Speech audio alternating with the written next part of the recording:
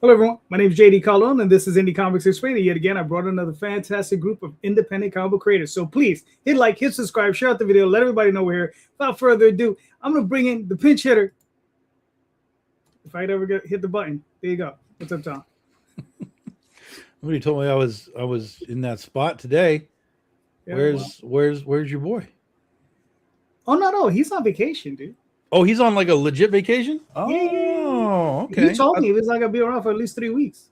Oh, geez. All right. Yeah. All last week he was at a show. Yeah. This week I believe he's on vacation. Yeah. Okay. Yeah. I'm like good for you. All right. Yeah. Mm-hmm. Sure. Yeah. Sure. All right. But the rest of us have to work. It's fine. That's it. That's what it is. I mean, at least you got a lake. I'm in New York, so we have heat. Yeah. It was hot. It was hot. Yeah. Anyway, so what's up, Mr. Coco? Yeah, I like the way that lines up right behind you, Marcus, because it's like you got double horns. There you go. Yes. But I am Marcus McNeal, editor-in-chief of Odyssey Comics, here to join as your resident co-host for the evening. So excited to get into it. All right, cool. Randy. Oh, hello there. Hey everybody, Randy Zimmerman, been doing independent comics for decades. So Arrow Comics, Caliber, Antarctic. It's mostly Arrow Comics though. Right now I'm working on the Atlantean, which I'm writing, the sword and sorcery adventures of Cull and Brule as they travel the land.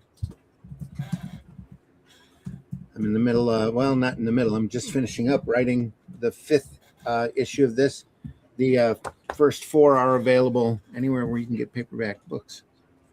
And we do our campaigning through fundmycomic.com, and which we plan on funding for number 5 there towards the within the next couple of months. As soon as the issue's done, we'll do the campaign for it. Looking forward to it. All right, be a lot of fun. Good stuff too. I enjoy it. Thank you. So, hey guys, how's it going? It's going good. Please introduce yourself. I am James Burton. I'm one of the creators in Scatter Comics, and I am the creator of Damage Incorporated as well as the Battle of Nut. Cool. Dan, what's up, brother? How you doing? Dan Sehn, publisher of Argo Comics and our Thunder Zone imprint. Have the GWP Kickstarter active right now. Have Earthfall in pre-launch. Clickbait in pre-launch. If you go to my Facebook and Kickstarter profiles, you'll be able to check out all those projects. All right, cool. All right, so we're going to pick up from last week, right? Last week, what was the impossible task? This week is, what are your possible tasks? What have you set up for yourself over the next 6 months, right? So, last man in, first man up, I think that was Dan. So you're up, Dan. What are the things you have set up for yourself in indie publishing that you're going to be doing over the course of the next 6 months? What are you looking forward to? Well, I think as Rosario said a couple episodes ago when I was watching, was the fact that I got to just get on a more regular schedule of promoting on social media and not feeling like I'm, full of myself for doing so. Whereas, we see all the posts because we're writing them, and sometimes you feel like people might be getting sick of you. But in actuality, we know due to the algorithm and everything, people probably aren't seeing most of these. So I got to just get on a more regular schedule with that. And also, I'm usually a little negligent with the mailing list type things. And quite recently, I was invited into this, it's called the ICCA, Indie Comics Creators Association. So it has kind of like a Comics Code seal. It's, I think about 6 publishers right now with more to come. Mm-hmm. And that's going to be kind of like a shared mailing list that will be doing giveaways and contests and everything like that to promote it. And it'll kind of be a seal that, we're not saying those are the only good indie comics out there, but it's going to be a seal assuring you of certain level of quality, certain level of dependability and fulfillment, and creators with proven track records. So we'll be applying that label to our books, the ICCA label, and I categorize that as possible because it's in the process of being done right now. All right, cool. James, what are you up to? What am I up to? It's been a crazy year, dude.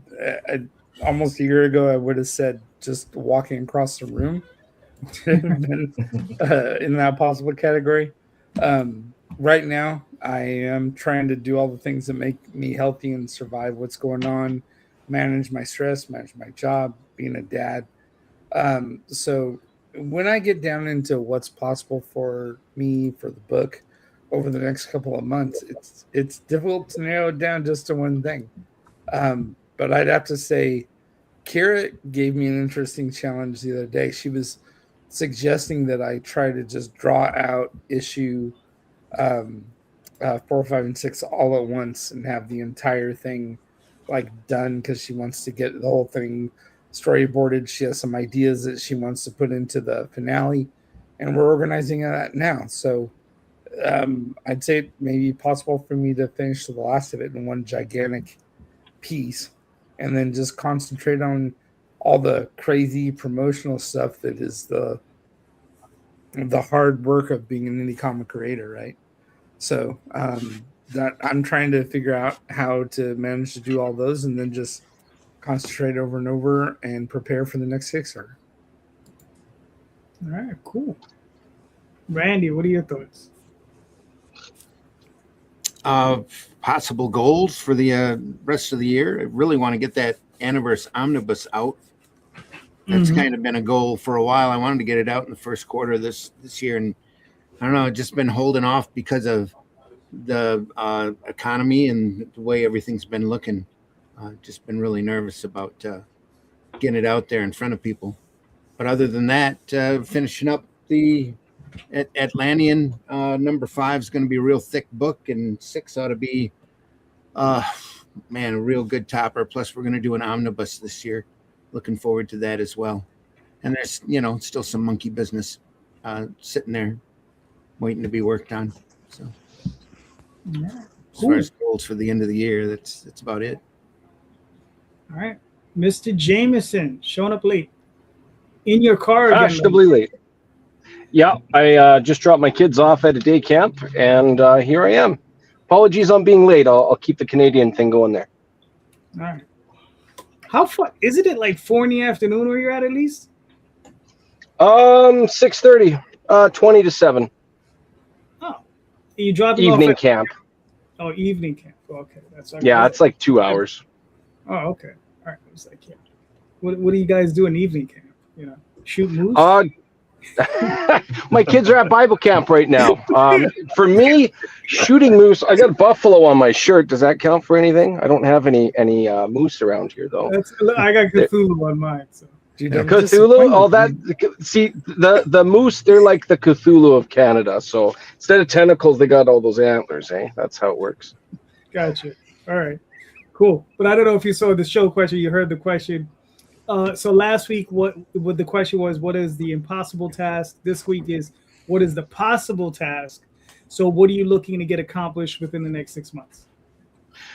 Well, I have even shorter term goals than that. I've got a couple stories I'm writing. Some I'm not allowed to say.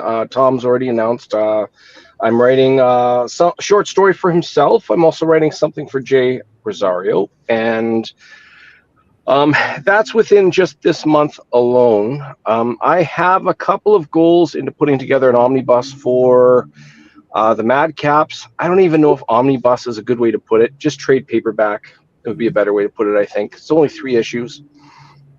After that, there are 2 other projects, but unfortunately, I can't reveal any more than that. But there is some stuff in the works. All right, cool. So tell us about these 2 other projects. What are the 2 other projects? The other characters, just start from scratch, right? So first thing I could talk about is Tom's. I'm doing I'm writing in one of his characters In the Critiverse, or one of his characters, one of his teams, known as the Paranauts, which is kind of like a mix between the BattleTech MechWarrior franchise and Power Rangers. It's a really cool combo. I've had a lot of fun playing in that world. The other one is a little tight-lipped right now, but having a lot of fun writing about the Paranauts, that's for sure. All right, cool. I don't know. I wanted to know about the tight lip stuff, but anyway, I'm just being nosy. That's the Spider-Man book he can't talk about. Oh, okay, that's what that Yeah, is. yeah, that's exactly right. All right. You know, in the 90s, there was a mini series of Spider-Man. A lot of the covers were done by McFarlane, but it's about Peter Parker in Canada, in Toronto, and a couple of other areas where he visits, like Ghost Rider. Dan Ketch makes an appearance, and he like goes to different spots in Canada. I don't know the relevance of why that mini series exists, but interesting food for thought. I don't think that's the miniseries. I think that's his book. Like McFarlane wrote Spider-Man, No, this one's and they different. went with like when to go and all that other kind of stuff. No, this one's different. It's tailored towards kids. It has like a say no to drugs element to it. It's okay. more kid friendly. Got it. Okay. I don't even know what you're talking about, but okay. Yeah, I don't Could either. have been Now I'm a- curious to know. Yeah. I am super curious. There's an underground McFarlane covered Spider-Man for kids comic books with Ghost Rider, and it's Canadian. Mhm. It's Could've like been a- one. Could I have think been it's an like educational 5 comic. issues long. Yeah. I Could have might. been an I'm educational comic they were passing through the schools or something. yes, They've yeah, done that in something the like past. that.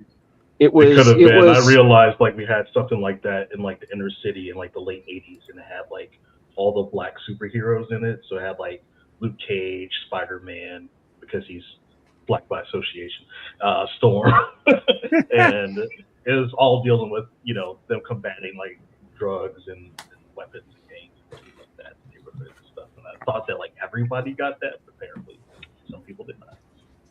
Not all of us got that one, fortunately. There's a great anti-drug comic out there by Wolfman and George Perez of the Teen Titans, and at the time they couldn't use Robin due to legal entanglements, so they put a different costume on him and called him Red Star. for the Interesting. issue. Yeah, Yeah, pretty fascinating stuff. that's interesting. All right. Marcus, what are your ambitions or what are your goals for the next 6 months? Oh, survival is key. There you go. I've been really focused on that. But man, we got a lot coming down the pipeline. We're in a good position to where, thankfully, there wasn't. If I was here last week, there's not a whole lot that's possible on the list because we're pretty far into production on pretty much everything that's coming out later on in the year. So everything else is about kind of dipping my toes into things that are broadening the horizons a little bit. Some of that is going to be more educational, community focused things. We've been having some good responses to the panels that we've been doing at all the Comic Cons, and people were hungry for more of that. So now we're going to do a dedicated thing for it outside the con circuit that I'll be sharing hopefully pretty soon, maybe later on this week. Then get into some actual event organizing, which is going to be a real game changer there too. That's in the works. Pretty much solidified. So just waiting for the word I could do this. I'm in a similar situation with Ray. Like there's things that I got going on, but can't quite speak about them yet. Then of course on the comic side, we got probably a good 5-6 projects that's going to be coming out this year.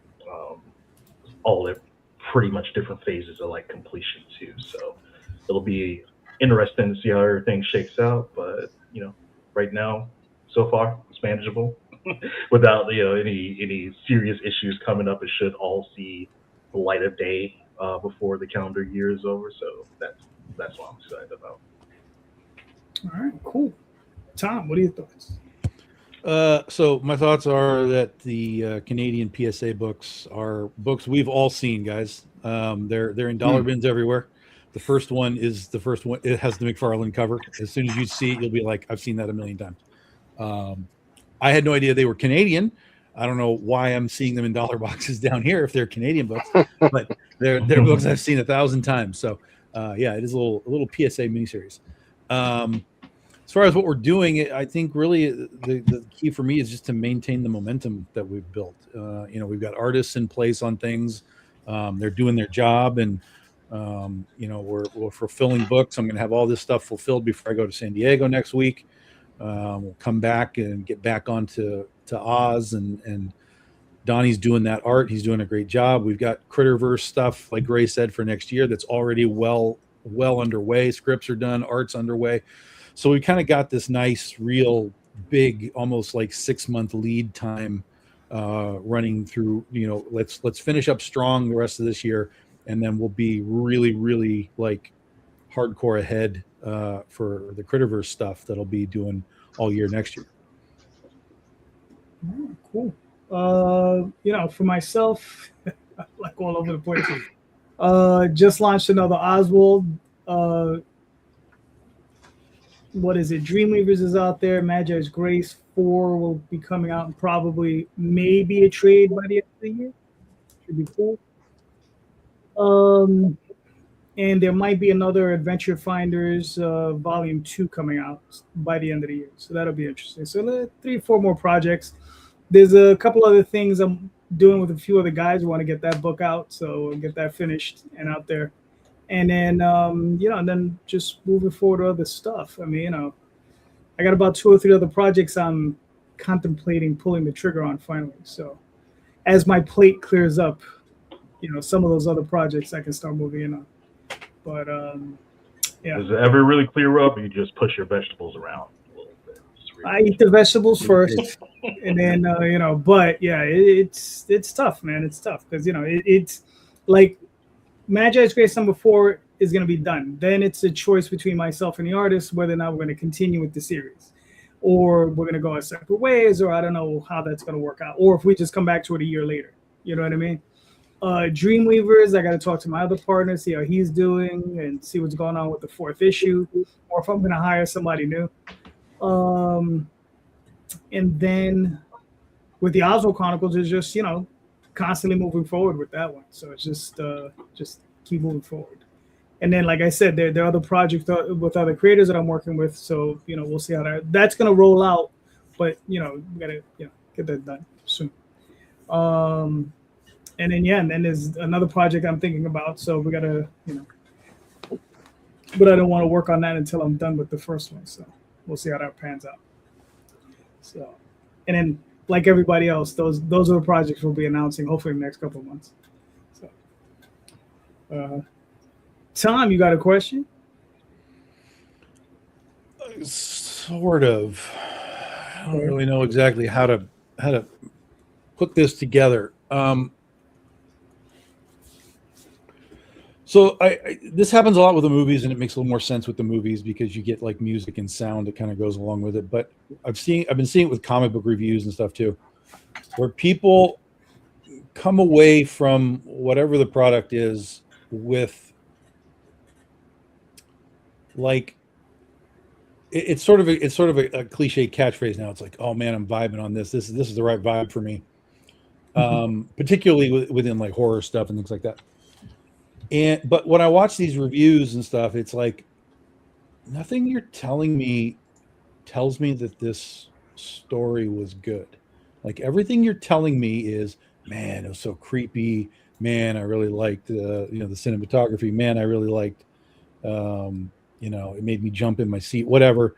And similarly with comics, people are coming in with comic reviews like, man, it's so scary and it's so, but I'm like, you're not telling me anything about the story.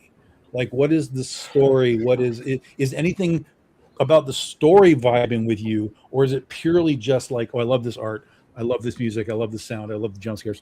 So, I guess the question is that are we not us, like us, just in this podcast, but in general as creators, are we starting to understand that the audience just wants a vibe and they're not concerned with like what because we're all basically writers in here, we're not really concerned with like the hardcore story, do you know what I mean? They just want to come into a world and go, oh, it's dark and it's weird and it's creepy and there's a monster and yay, and then they're done, right? And they're fine with that. They're not worried about where did the monster come from and what's his origins and why does his hand have 2 claws and the other has 3 claws. Like, they don't even necessarily care. They're just like, I'm in this world, I'm in it for a few minutes, and I'm out, and it gave me the chills, and I'm fine. I've got a lot of It feels thoughts on like this one, there's on the so inside much and of that. outside. And again, it's mostly like I see that with movies, but I am seeing it now with comics too. And so I'm just kind of curious, like, anybody have this experience? Anybody have this thought process of what's on the shelves is like vibe versus world building? Is it just concept for concept versus we're building something? What do you see? What are your thoughts? All right. James, you're up. What are your thoughts? Well, I'm playing off what Tom just said. I got my 19-year-old daughter, and I'll be listening to a song in the car, and I'll look at her and go, "Do you even know what the lyrics are?" No, I'm just vibing with the song. Like, and the lyrics were like quite graphic, and I'm a little alerted that my 19-year-old daughter is singing a song about shaking her booty, but it's really for her is just about certain elements of it that she's enjoying, and she's not paying close attention to the details. Now, taking that metaphor, audiences for entertainment have been kind of stuck in that for decades. I mean, there are moments where something clicks beyond that superficial connection, but like vibing with something that's just nomenclature. Like, yeah, they're liking it. Yeah, it means they like it. But like you said, what are they liking? Are they liking the details? Are they liking the immersion? Are they liking the reasons behind it? Well, maybe they aren't.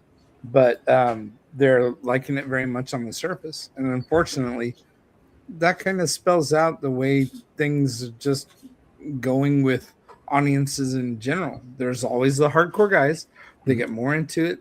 They notice the shade of red on Superman's cape being different than the shade it was 3 issues ago, and that it means he's got a darker attitude or whatever the metaphor ends up being. But there's also ones who don't notice it. Like I did a basically it's a print of an image, and for me it's got all these metaphors about this flower getting off light and all this other stuff. But when I showed it to my daughter, she says, "Oh, what a pretty flower," and just reacted and moved on. So that's just the thing with audiences, man. The immersion and the reaction is something where that's in a way our responsibility as creators to involve ourselves and be a part of that with our hardcore fans. All right, cool. Randy, what are your thoughts? I think it's a sign of sloppiness on the critics' part that you may be acquainting to the attitude of the entire world. Doesn't necessarily hold true, because you get a critic in there looking at a movie or a comic or whatever, and they really didn't pay attention or just kind of half glanced at it or flipped through the pages because they're on a deadline. Man, this is my jam. This is right in this is my vibe. That's the first thing critics gonna say is how he associates or they associate with the work, and they'll go all around it without having to mention any of the fine details because they didn't pay any attention to it. It's just sloppy critiquing, really, in my opinion. At the world, I think the big problem with the world, especially in comics right now, is the separation of readers from collectors and people that are just out to slab books and hope that they go up in price compared to people who actually pick up comics, read, and are entertained by them. I think we've got two distinctly different markets there. Oh, there's no doubt about that. And that we need to figure out how to, deal with the readers and grow that foundation out farther than the collectors. So, but I think that's kind of a collector attitude. Hey, picked up this comic. It's going to look great slabbed. Not caring exactly what's inside of it, except for the intrinsic value and how it can go up in price as soon as the next superhero movie comes out. Mm-hmm. All right, cool. That's my opinion. Ray, what are your thoughts? Well, as soon as you mentioned Slab there, I was immediately, for some reason, I thought of the average comic collector, like comic book guy from The Simpsons, but Jabba the Hutt, and the Slab comic is like Han Solo frozen in carbonate. That's the first thing that came to mind there. Send him to Anyways, CDC for rating. That'd be hilarious. But going back to the music parallel, in my opinion, there's people that like lyrics and there's people that like the beat. And people that like the beats nowadays, they use the term vibing, as already brought up. I think the real kicker to get a comic, people excited over a comic, the people that read the book for the sake of the story, and JD, you and many people have said, story is everything. Mm-hmm. When you have that one good story that you write and everybody buys in, I'm reminded of another thing like horror movies is already brought up as well. This is not the best of horror movies, and it has a lot of flaws in it. I'm going to bring up M. Night Shyamalan's Signs. When I saw that in theater, the way it was portrayed, you're caught up in it. So that scene where the one is seen on the footage and it crosses the alleyway, despite all its flaws, it hits you. Like, you just remember that scene and it hits. And for me, the question is, for people that like the art should somehow reflect the story. I don't know how to get the collector heavy individuals to focus more on story. I can't do that, but my only attempted solution is to make sure that art reflects what's going on. Great example, all of my covers or any books that I provide, I always try to have the covers have something to do with what's going on inside. And that way you're actually like, you're focusing more on the lines and the colors. And don't get me wrong, those things are totally awesome, but it should feel more than a collection. It should feel, I want to know what's happening next. I don't really know the answer, but that's kind of my rambling thoughts on the topic, I guess. Cool. Dan, what are your thoughts? Yeah, I'd have to say that there is a priority on concept and vibe over execution.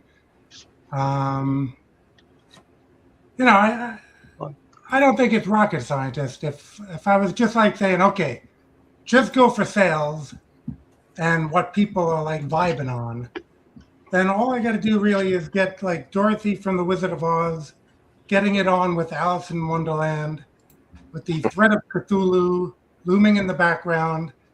Don't forget vampires. I got a hit. Yeah, maybe some vampires. Wasn't that Alan Moore's book? Did he do that? All right. Well, Yeah, Lost Girls. You just described Lost Girls. Yeah. Lost Girls. okay.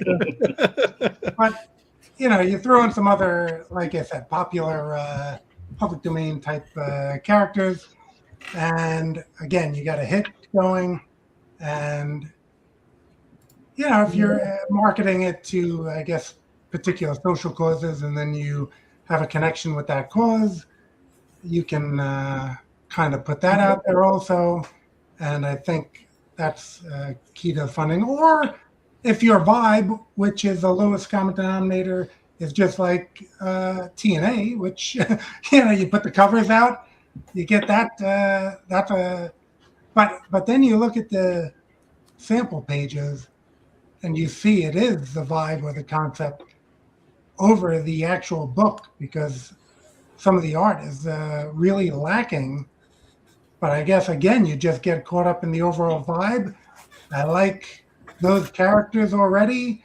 Look at that. There's a plushie or, backpack, or, one sneaker is painted with Alice and one sneaker is painted with Dorothy. Loving it. I'm in this vibe. But the actual book, which is, supposed to be the focal point, again, you look at the sample pages and you're like, oof. It's like the campaigns that have these amazing cartoons that are made as a video trailer, and you get the actual book, and it's like, oh. But you got caught up in that vibe. And we're not selling a DVD of a movie or something.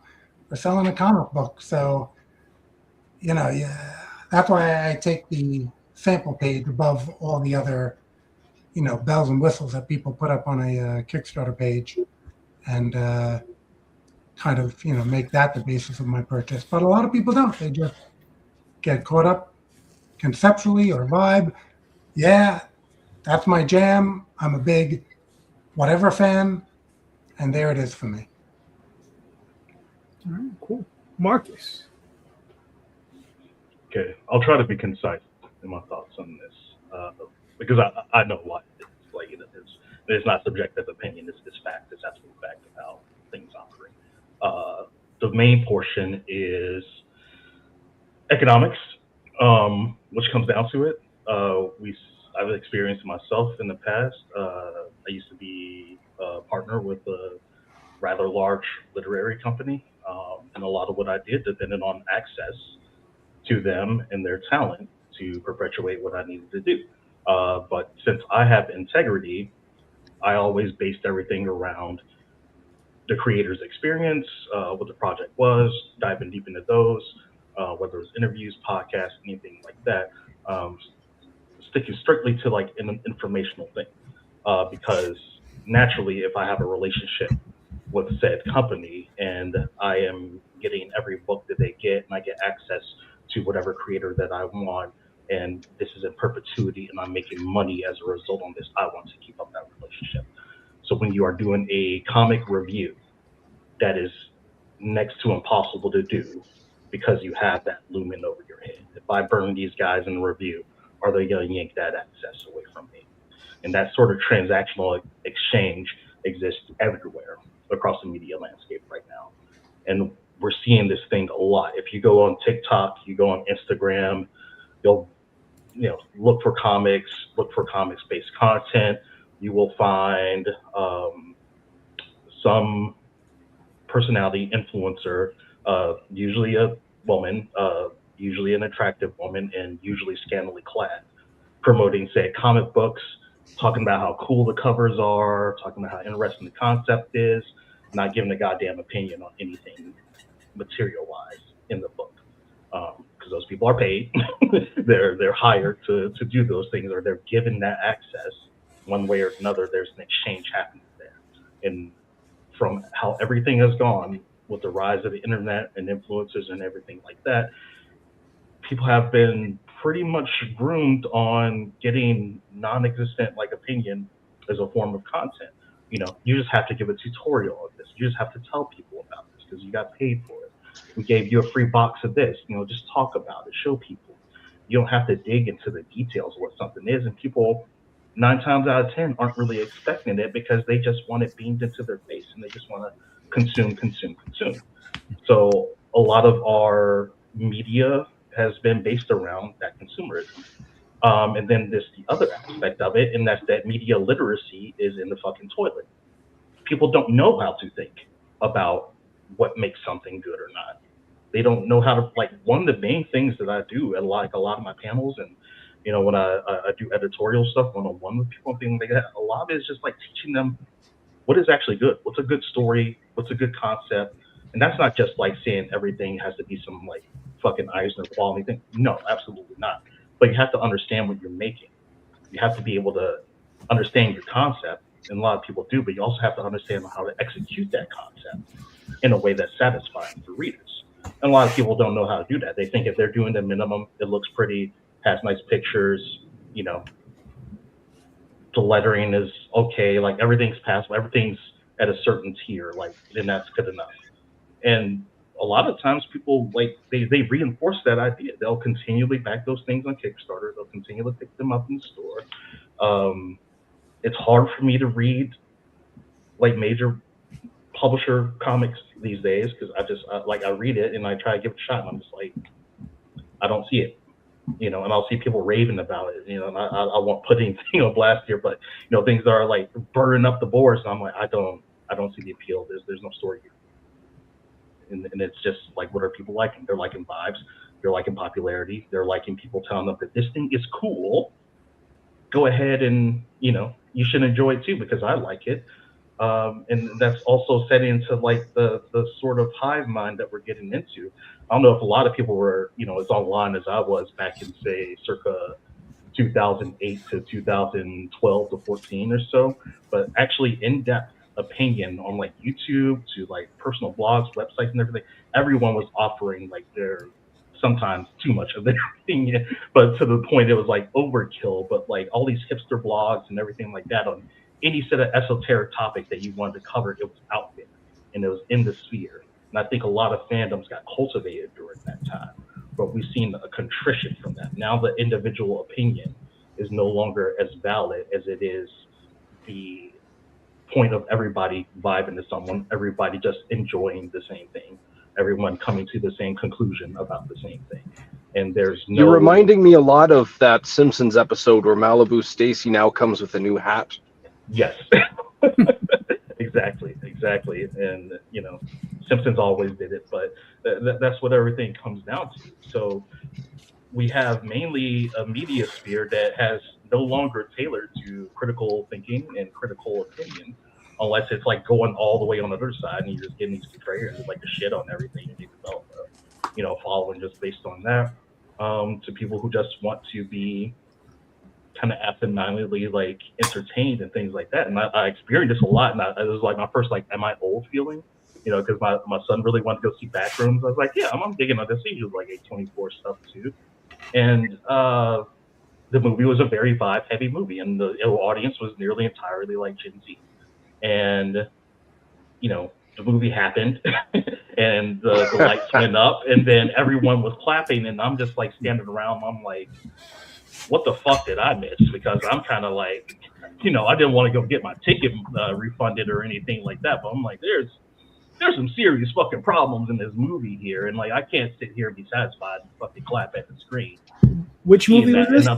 Backrooms. Backrooms. Okay.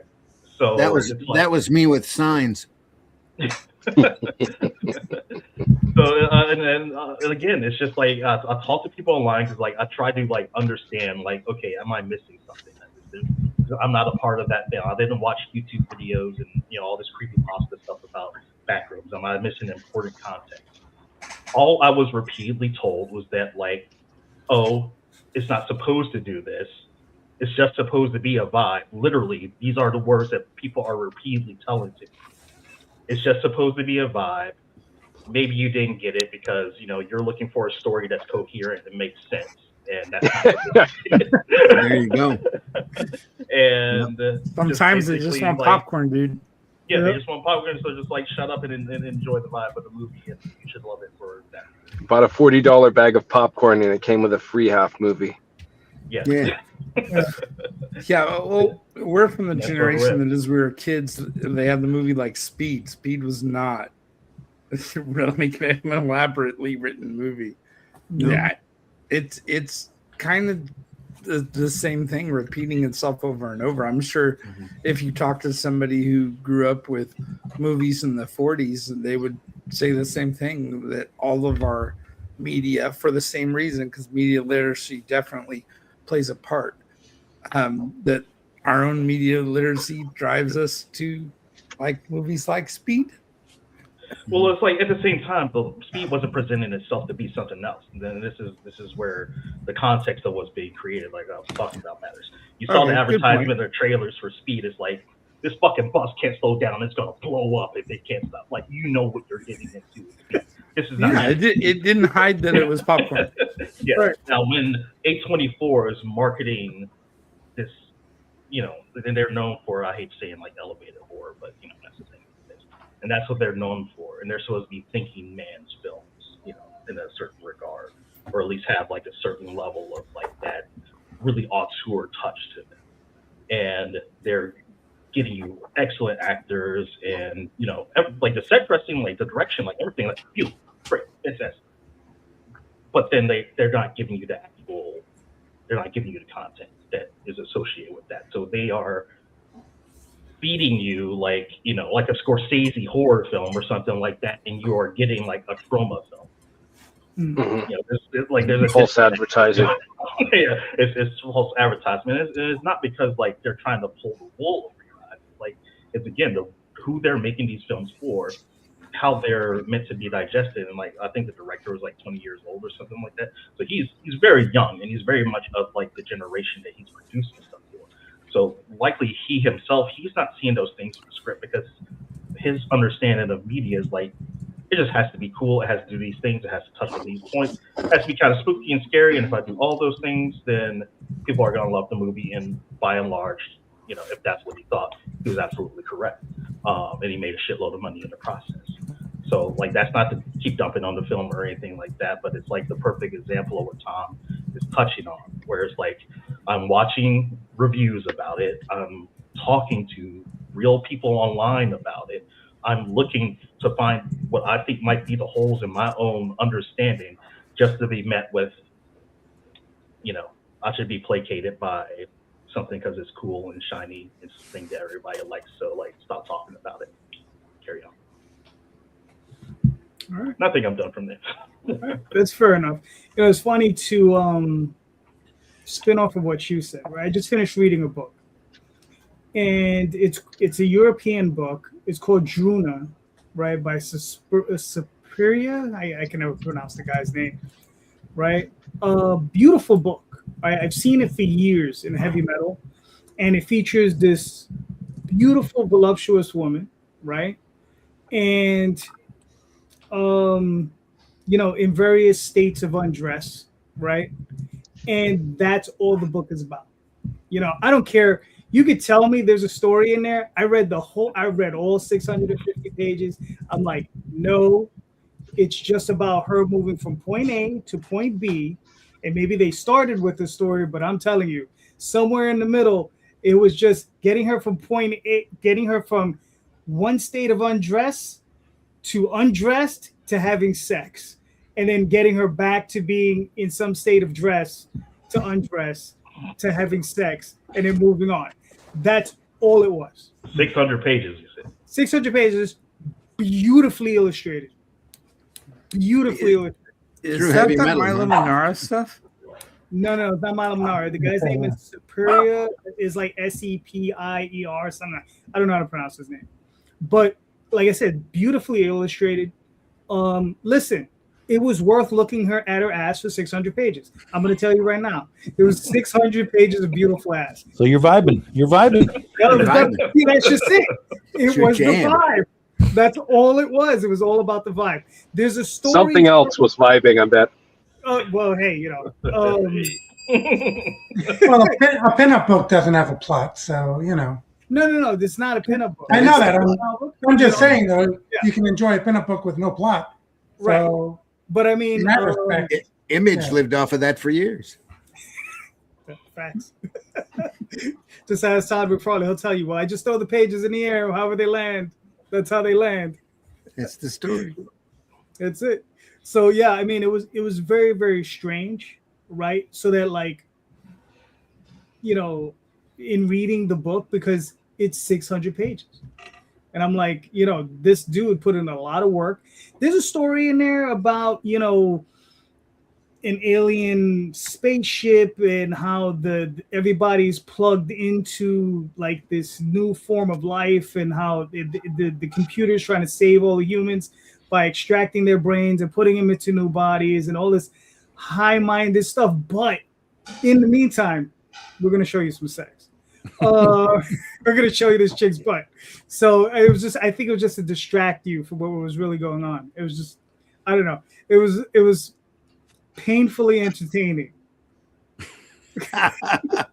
What an interesting combination of words. Painfully entertaining.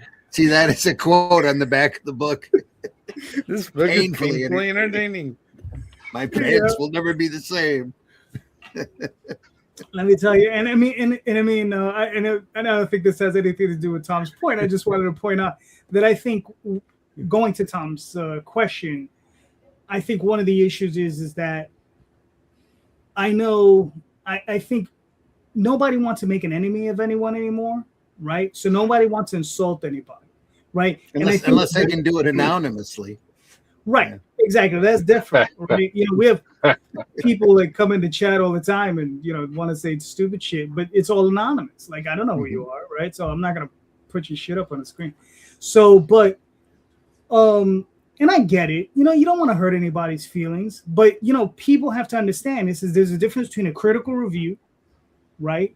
You could also do a friendly review, just a regular review, say like I liked it, didn't like it, whatever, and just move on, right? But if you're gonna say you didn't like it, people are gonna ask you why you didn't like it, what was wrong with it, blah blah blah.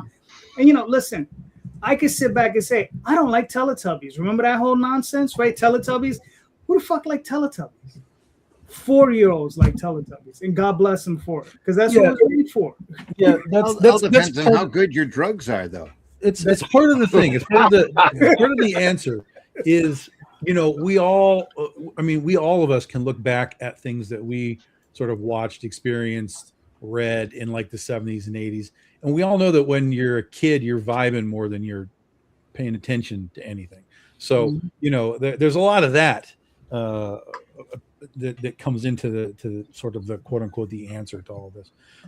You know, all of us, we've kind of been there, we've seen it, and while I'm sure we all appreciate a vibe, we all also kind of are looking for like, but is there anything else, or are we just here for the picture, right? And if we understand that we're only here for the picture, we understand that's the context. You're here for the thrill, the picture. There's not a lot of depth here. Enjoy it. Okay, got it.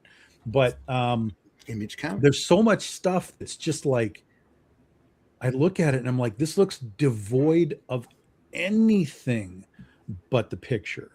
And so that's where I start to struggle with a lot of things. And I'm like, are we just throwing concepts out just to see what something might vibe on, you know, in order to get a hit, whether it's a movie or a comic or whatever. And I got a reflection on that. Yeah, what do you got, Ray? What do you got, Ray? Okay, what I'll say is there's been a generational issue there. When you have younger individuals that are, like, if they're ever uncomfortable with something, they don't say they're uncomfortable with a thing, they say the thing is awkward. They never explain how they're related to that conflict kind of thing, which I think is an undertone to what we're talking about. But also, if younger generations know they're not going to be challenged up front, it's a double-edged sword, because when you get critiqued harshly, you refine yourself, you thicken your skin, and you move on. There's good to that. On the flip side, if you know you're not going to get that, you can throw something out. Nobody's going to say it's bad. You might not make sales, but nobody's going to say it's bad. And I think that's kind of a really heavy reflection of what we're talking about, because the older generations in this craft aren't dealing with this as much, I guess, as I don't know if that's a good way to put it, but I think you guys know what I'm trying to say there. That makes sense, but I just wanted to point out it takes some dedication in her work to make 700 pages of space ass. Oh yeah, and let me tell you, That's a lot. But that's from a different generation. That's for, I don't care. I'm going to do this, and I think it's awesome, and that's all that matters. We're going to go, and here we are. And it's not just drawing ass; it's to the level of craft and talent that he drew that ass. I'm telling you, this book is beautiful. Yeah, right. That makes sense. Well, like Randy said, that's, you know, the whole thing Image Comics was based on. Well, you know, if you really like space ass, your story may not be complicated, but man, like if you do it really, really well, you know, it's a whole thing about, you know, a guy who does one thing really, really well. He draws space ass. That's the thing. And is really good with a circle template. Yeah. I mean, let me tell you though, it's you know, I joke about it, but you know, there is a plot, there is but I'm just telling you, it is just so overcome by this other aspect of it. You know what I mean? So yeah. Anyway, Tom, you got any more? Back to Tom's point though, I caught the grandkids. And sorry, I know I'm going to sound like the old codger curmudgeon that I am, but I caught the grandkids watching YouTube. All they were doing was watching somebody playing a video game. I'm like, okay, the reactions, what's the plot of the game? They couldn't tell me. They just sat there and watched this dude running through this room. That's Again, part of what Yeah. I think, again, the answer Where's the is we also live in this weird culture right now where everything's just ADHD. Everybody reads the headline of an article and doesn't read the article, and they think that they know what the article said. Like, we're so fast to just like absorb a thing and then make a decision on that in an instant, rather than trying to actually get into it and see if there's actually levels to it that hey, let's have a discussion, let's have a conversation. No, I just like it because I like it. Well, okay, that's fair. I have no problem with that being your thought process, but as you get, I think it really is an age thing. I mean, because for me, like when I review movies and stuff, and I tell people that a movie that they liked, I think is garbage, and I start to lay out the bullet points as to why, they don't want to hear any of that. They're just like, well, I just like it. I'm like, well, that's fine, but we can't have a discussion with I just like it. I want to have a discussion about what you liked, what I didn't like. Let's compare, let's contrast. It doesn't mean either of us is right or wrong, but let's have that back and forth. Let's have a little hash fun it out. Yeah, let's have a little fun with it. None of us are going to go to war over whether or not Supergirl is good or bad. Who the hell cares? But let's have a little fun, and I want to see where you're coming from, because maybe you do have a point that something I missed that you saw, and I could, oh, you know what? I did miss that. But it just feels like we're so surface level on so much entertainment now that it's just like, well, I like the music, and I like she had a good costume, and that's all that matters. I know I liked it and I was done. Well, I get that, but a little bit of that may be the bias that people come to as writers about, a piece of work and not looking so much at the art. I'll give you an example. My son loves death metal. Loves it. I can't understand a word they're having saying.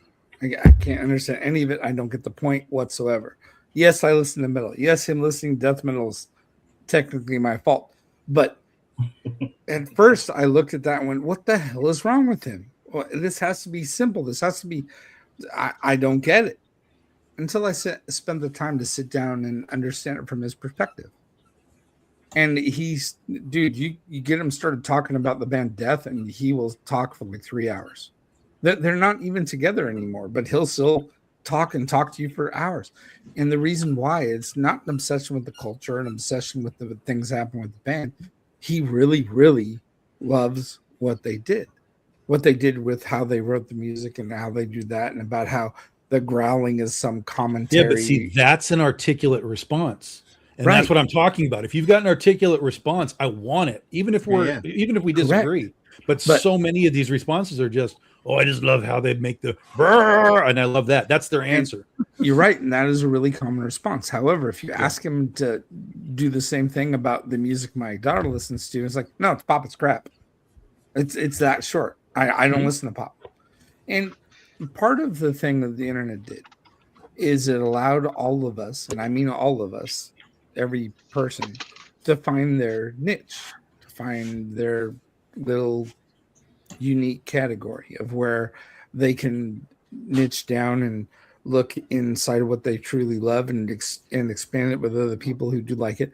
And as a result, they don't really expand their minds beyond it to other categories. Right. Like there are musicians that will talk about how they love what they make and about how they totally enjoy this other genre. And the other genre is not even related to the stuff they make. And he's not there yet. I mean, he's 15. He's got a ways to go. But the point about it is that he does have that capacity, and he does have that capacity for the stuff that he loves. But the stuff that is just something he tolerates or something like that, it's a very surface level, glossy thing. So in some cases, maybe it's more, once again, on us about who are we trying to communicate to? Are we talking to the right people? Has the internet and society changed so much that we only look at the things we love? It's that combination of it's that combination of a concept. All right, cool. Well, listen, there's definitely a concept I want to look into, and it's the Ballad of Nod. James, you want me to play this video? Of course I do. All right.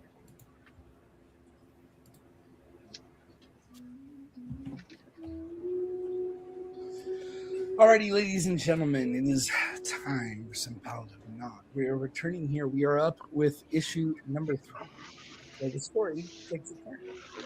Life takes a turn. In our story, Faye has managed to go from the place where she is the scared little girl. She is the person and creature filled with fear that is attracting all these nightmares from the dream world. The only thing protecting her was Patches. He's been drug into the darkness. But now is the moment we've all been waiting for. Now is the moment where she finds Patches. She gets to face the demon that took the one thing that she felt safe with. But you want to know what? She's got friends with her, and they get involved. And you know what? Life is not as simple as we'd all like it to be. Now, everybody who has had the courage to go ahead and back us before, please go ahead and take a look at the following video and do so. And everybody else who hasn't done it before, take a moment to look at the videos that comes up, because I want to share this story. I want to get it out to people who are afraid of the darkness. I want to get it out to everybody who needs to hear the words. Never underestimate a girl and her teddy bear.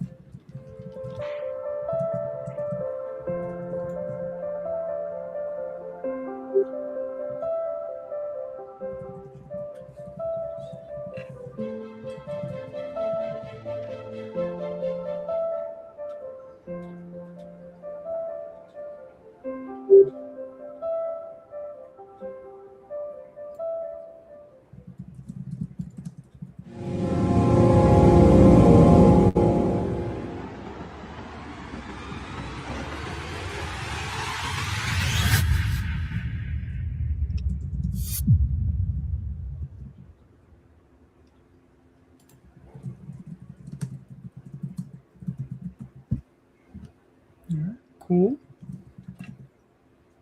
Dude, that trailer is hard for me to watch every time. When they get to the black and white scenes, it's hard for me to watch it.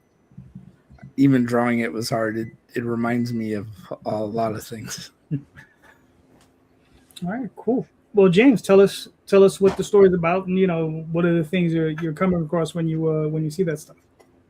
Well, the story of the Battle of Nod is about a little girl who is dealing with the fact that she lost her dad, and she feels all the fear, all the anxiety, all the sadness, and because she does, there are nightmares and demons and things in the dream world that come after her, and the only thing protecting her is a teddy bear. So the teddy bear gets drugged into the dreamland, and she has to make the decision to go after him. So we're on the journey about her going after them. That was the first issue. In the second, now we're in the third, where she finally manages to find her teddy bear, and basically it's time for her to confront the demons, and the emotions as well as all the excitement kind of ramps up in this issue. All right, cool. Is this the third and final issue, or are there more issues coming? It's a third of 6. Kira and I set it out there for it to be, when it's finished, it's going to be about 240 pages. So far, it's been about 32 on each one.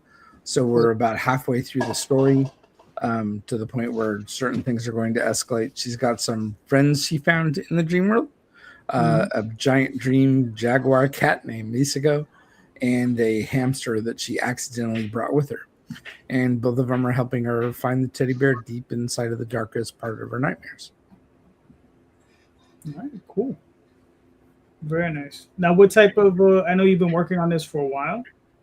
Are you releasing like 2 to 3 books a year? Or like what type of release schedule do you have?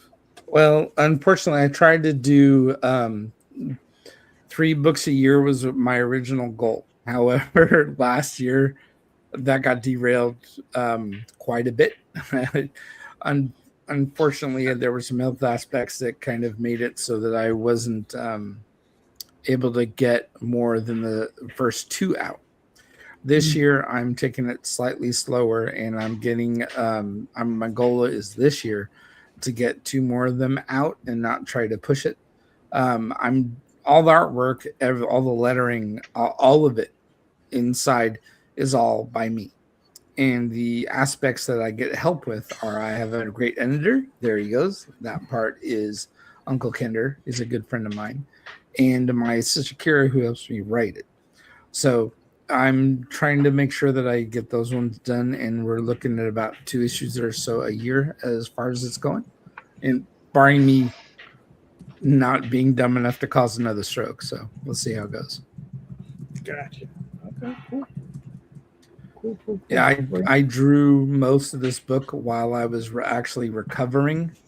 And so it was a whole journey of my own on top of the fact that I was trying to get the book actually done and learn how to do a lot of things all over again.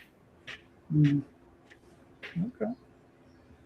So let's talk about that a little bit. I mean, like, what are some of the key difficulties where you were finding? Well, like an illustration. Well, before that happened, like a year ago, more than a year ago, I didn't need any of the like inside of Clip Art. There's a Clip Studio. There's a part of the software that straightens your lines as you draw. It helps you draw, basically. I never had any of that stuff turned on, and this time I had to play with it at first because my lines would be crooked as hell. I mean, crooked. And I had to learn more about the tools and other things to be able to draw even close to my normal standard. Right. And I'm now back up to like 99%, and I feel normal again, finally. But it was, at first, I couldn't even write my name. So for a while there was a lot of different things I had to go through. I went through physical therapy with some great nurses, and my wife was an immense help. Took very good care of me and helped me along. She was patient with me, although I did push her patience quite a few times. Right. So those kind of things were a part of the book, and I tried my best to make it a part of the surrealism and allow the fact that it was in the dream world and that things were different than normal to become a part of it, so to speak. Okay, cool. I mean, listen, man, I think, you're doing a fine job. I mean, I love the book. I'm looking forward to all, the other issues. So great book. So everybody, got another 11 days to go. Still needs a little help. So go back this book. This is a really good book because I've read the first 2 issues. Really nice book. Go check it out. I appreciate that, JD. Thank you. You're welcome. What was that? No. Mr. Sehn. All right. Talk to me. Who are these guys? Well, this video. You want me to play this? Only if you have your dancing shoes on. Really? No. Go Oh, ahead. okay. 'Cause I was going to say, I don't need any more copyright strikes. Thank you. No.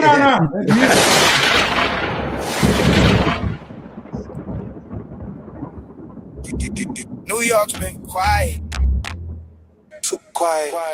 But when smoke rises, Cosmos brings the fire. GWP, yeah, we rise from the block. Guys with powers on the move, time to put smoke on lock. He running drugs, running guns, think he can't be stopped. We the mega hero squad and we taking that shot. GWP, yeah, the city gon' see. When Cosmos calls the plate, that's a whole new league. New York in the business, but we fight as a team. Guys with powers, baby, welcome to the regime. Cosmos in the sky, that's hell on the lead. Cosmic energy crackling like a star going free. He the brain, he the plan, he the calm in the heat. When the city's on the line, he the one you wanna meet. Jazz, take the sellers, yeah, she burning like a nova. Radioactive girl, burn the block into a supernova. She flying through the night with that isotope glow. If you're dealing in the shadow, she gon' let that fire flow. Low phase in the cut, tear shifting through the planes. Multi-dimensional mind, chaos energy in his veins. Weapons disappear, nah, they ain't coming back. He drop them in the void like a one-way track. Dominico on the pliers, yeah, he built like a tank. Skin tough like amber strength, heavy like a bank. You can shoot, you can swing, you can pray, you can run. But he's standing in the doorway like I'm not the one. Then the twins hit the scene, Trey and Shamika. Turbo twins moving fast like a double feature. 5 feet apart, nah, that's when they lose it. But side by side, they unstoppable bruisers. Flip, kick, combo, 2-person flow. Second gen heroes with a legacy to show. Buyers, sellers, villains, everybody getting checked. When the walkers hit the block, that's respect. GW, yeah, we rise from the block. Guys with powers on the move, time to put smoke on. Like he running drugs, running guns, think he can't be stopped. But we the mega hero squad and we picking that shot. GW, get a city gon' see. When Cosmos calls the play, that's a whole new league. New York in the palace, but we fight as a team. Guys with powers, baby, welcome to the regime. Yeah. That's cool.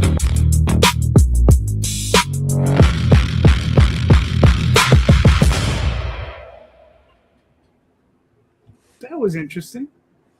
Yeah, Dude, you're that not was gonna get so too much fun. I Yeah. loved that trailer. That was great. I love listening to that. That was awesome. Yeah. I'm definitely going to get a copyright strike because there's going to be some dude who's going to pop up and say, well, it had the word New York in it. There you go. Yeah. You know? Yeah. Worth That's the what- risk. Right. It says, it said guys, bastards. They got to go fight them. So, Yeah, but the lyrics do describe the characters actually. So no, they do. I mean, that's what Yeah. I found entertaining about it. Because at first I was like, what is Dan doing? And then I was like, oh, it actually ties in with the book. It's not some random rap thing. Yeah, dude, I liked it. That was good. Wow, thanks. I appreciate that. Yeah, that was a good sell. Mhm. Love it. Yeah, and All right. that's our covers there, and that's the interior artist as well. Mhm. Ron Charles Williams, Tio Pinheiro doing the colors,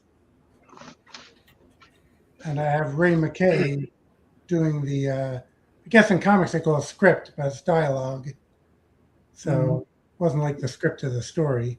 Dude, Sean Hill, I gotta say that title is kind of interesting as well. Guys with GWP, guys with power. That's kind of clever.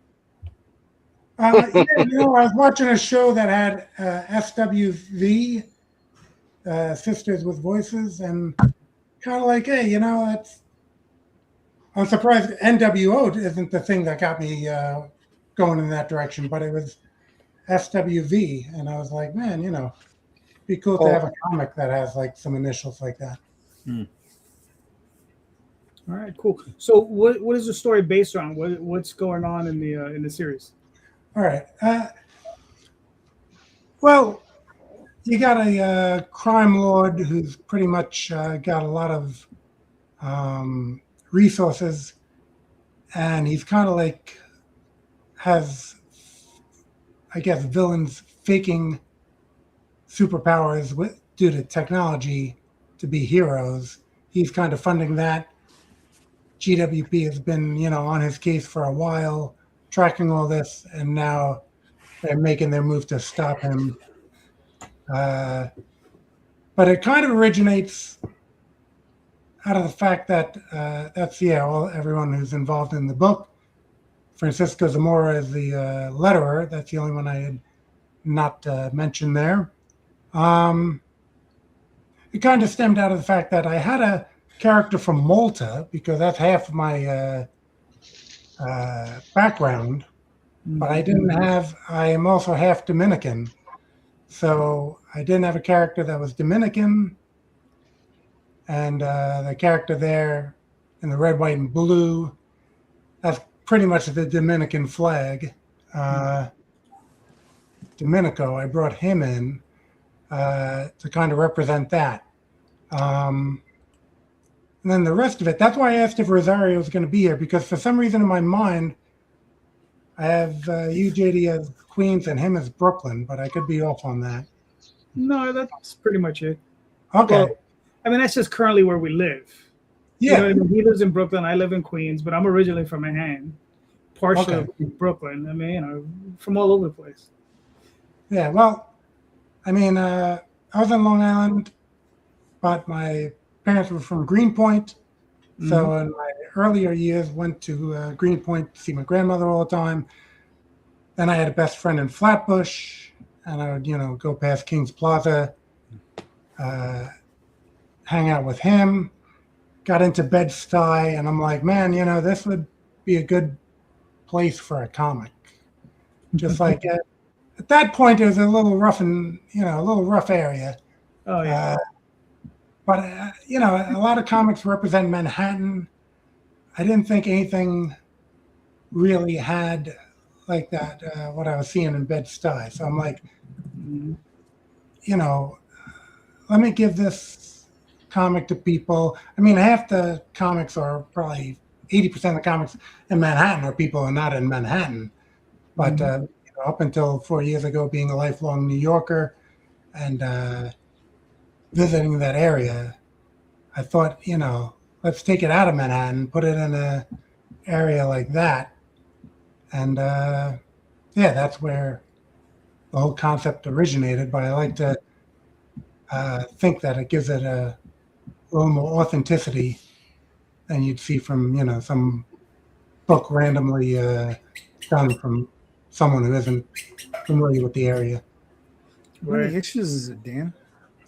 It's a 3-issue miniseries, and we have the same creative team. I mean, it's penciled, inked already, pretty much colored.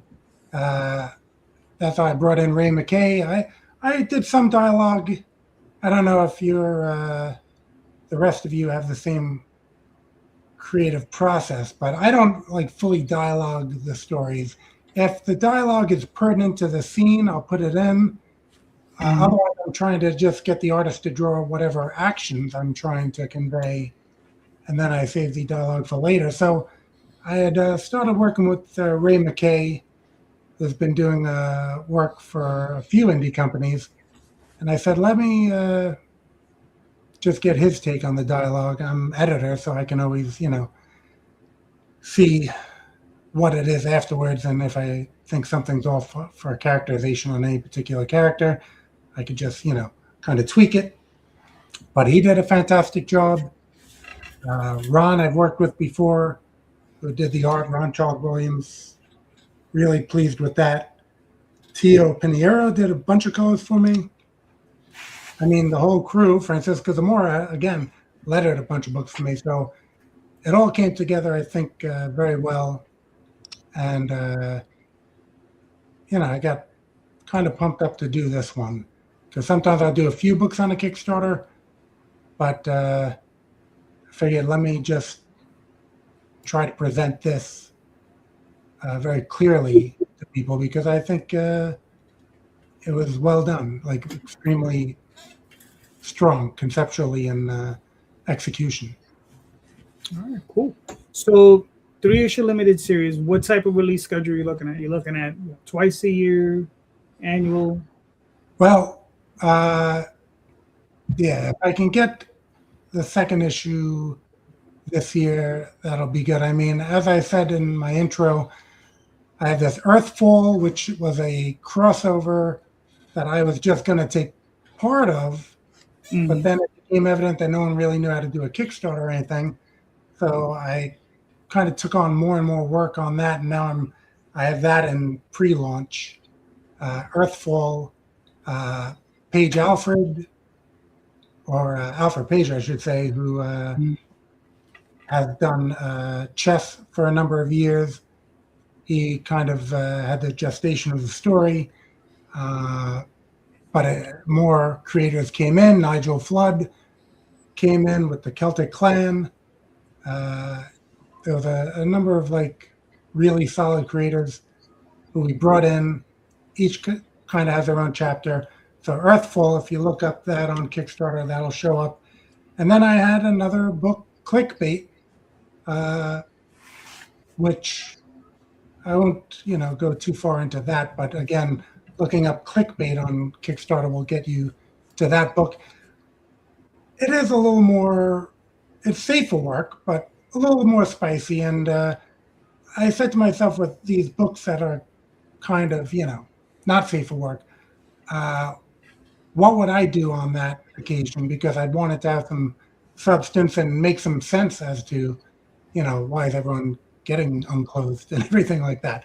So, going to that Kickstarter page will give you that concept. So, to answer your question, roundabout way, it depends on when I can get these other Kickstarters Finished. fulfilled, because I like to fulfill, or at least have it at the printer before I'm going to launch the next one. Right. And then, I mean, like I said, GWP, I really believe in it, and I don't want people to wait too long and lose interest. So I'll try to, keep things rolling and get to that one, number 2. All right, cool. Well, you got 23 days left. You're already funded, so you're well on your way. So yeah, good job. Very nice. No, I Dan, appreciate it. yeah, I mean, you always put out great books, so just keep up the good work. I appreciate that. All right, real quick, I got 2 campaigns running. I made the mistake of launching on Friday, and I didn't realize nobody was around, so my campaign got ignored. So this is the Oswald Chronicles. This is we were just passing through. This is number 1, and this is the book in color now, right? So I've released this book in black and white. I've put out a trade on it, and now this is it in color. And the colors are done by David Montoya, who worked over at Milestone Comics, and he also worked over at Broadway Comics with Jim Shooter for a while. And he's just getting back into the business, and I've been working with him for a couple of years. We've been friends forever. And so the first issue is in color, so it's out.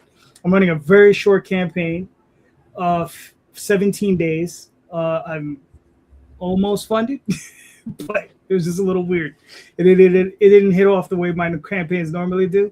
But I think it has a lot to do with the weekend and the fact that it is my 3rd bite at this apple. So, we'll see how this goes. But I'm pretty sure we'll fund and we'll just move forward. But would the 4th of July have anything to do with that as well? Yeah, I do think that the 4th of July, like me launching on Friday, which is, a couple of days before the 4th, everybody's away, everybody's doing business, family and stuff. So, I just think I got ignored. I screwed up my first day by doing that. Like I should have launched it on Monday, which is tomorrow. That's probably when I should have launched it. But live and learn. That's okay. I got another 15. I got another 15, 20 campaigns to go. And then what else? Real quick, I have Dreamweavers 1 through 3 currently up. This is already funded, and I have another 20 days to go. So. And this one will be running longer than the Oswald campaign. So, and this is issue 3. So, all right. So let's move on. Marcus, you got a question? Yes, sir. This is one that was on my mind quite a bit as I'm going into some stuff.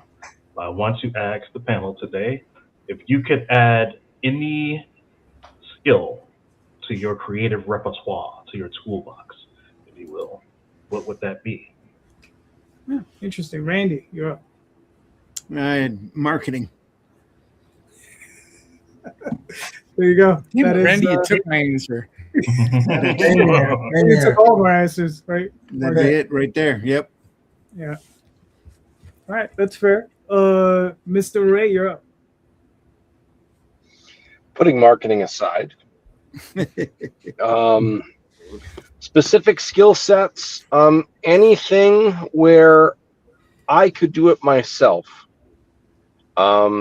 So that could be anything from like voice acting for trailers, for example, or I mean, being able to ink somebody's pencils or anything where I could put myself in, but also how to do that without spending more time or taking more time away from the 24 hours in a day. I don't know if I could be any more concise than that. If you had to narrow me down to one, I don't think network or marketing. I think networking. Also, I'm gonna say it networking because it bears repeating, but I also said like creative skill. Now, if you consider networking and marketing in really, really creative fields, we can go with those. But Gotcha. the question was posited specifically a creative skill. And So some people creative would skill? marketing is creative skill, so I can. So Ray, your answer should be listening. Creative listening, to be specific. Creative, not critical. Creative listening. I'm going to listen with my eyes instead of my ears. That'd be creative.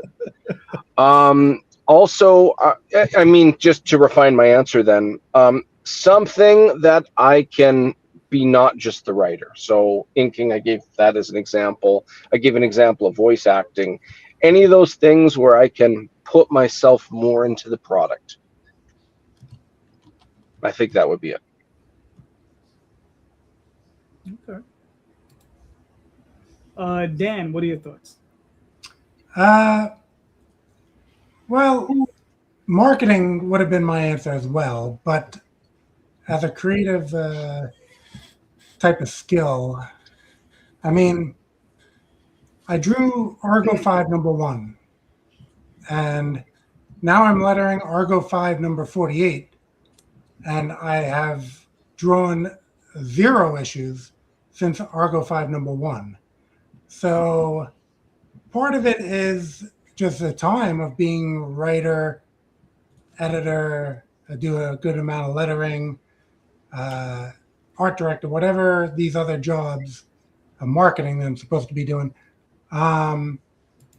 So if I could beef up the artistic skills and somehow stop time and have the time to actually draw, then that would be something I'd be interested in. In actuality, we just launched How to Draw Characters from the Thunder Zone on Amazon yesterday. And it was put together by Jerome Hines, who's in Singapore. Okay, he's an artist, has a book with us in Thunder Zone called Supercross, which is a bunch of superheroes in Singapore. And he put together, from, I guess, the last 6 years or so of Thunder Zone, this art book, because he was doing a lot of the promotional images and stuff. And he's the president of the Association of Comic Artists in Singapore.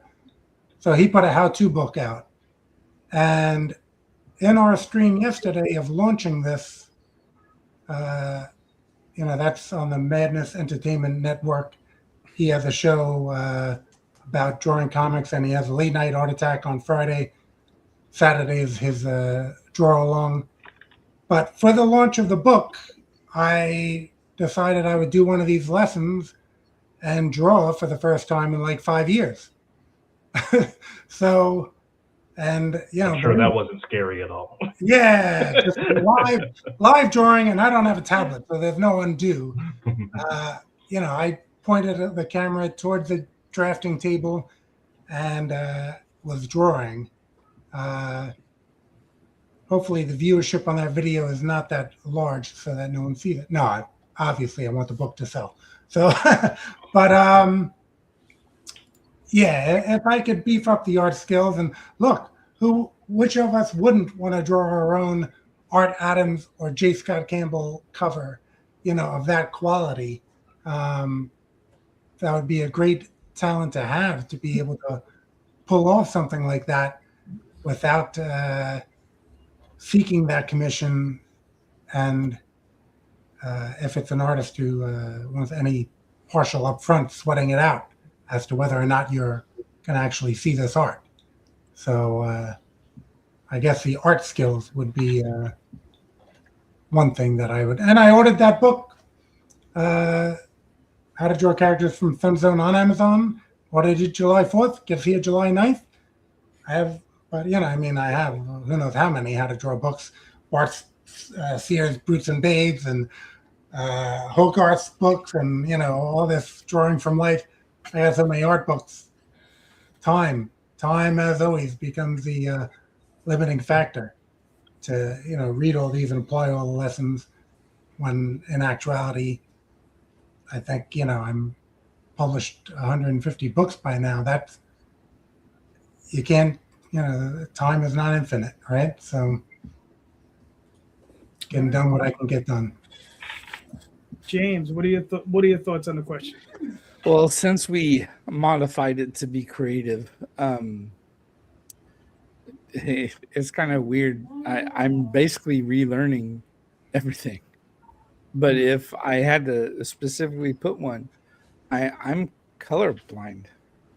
And so when I'm doing stuff, I'm always worried and having to have people change it and take a look at it. And so as a result, I never really developed the ability to paint and to do things like watercolors and stuff like that. I just never had that as an ability. So with this one, I've been trying to develop ink washes and play with light and a bunch of other things. So if I just say there was a creative skill I wanted to learn, it was going to have to be those ink washes. And I've taken the time to take those steps because, yeah, Dan's right. We only have so much time. And if we're going to identify a skill that we want, then the only way to get a skill that we want is to practice it when we're not ready to practice it.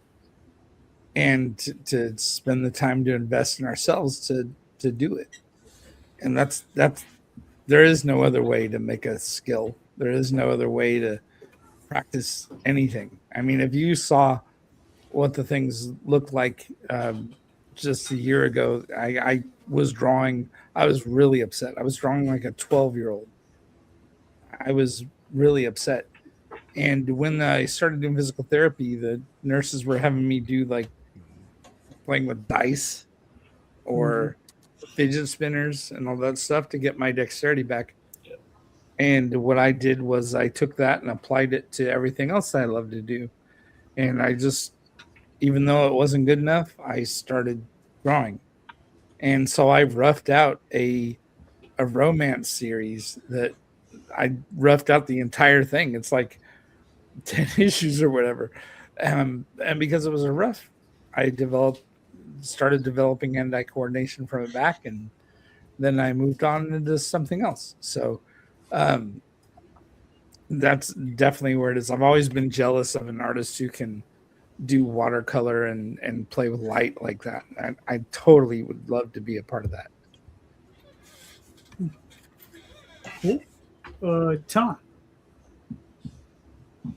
I mean, the easy answer is just art, but the reality is I don't have time to do someone else's job, so I don't want it.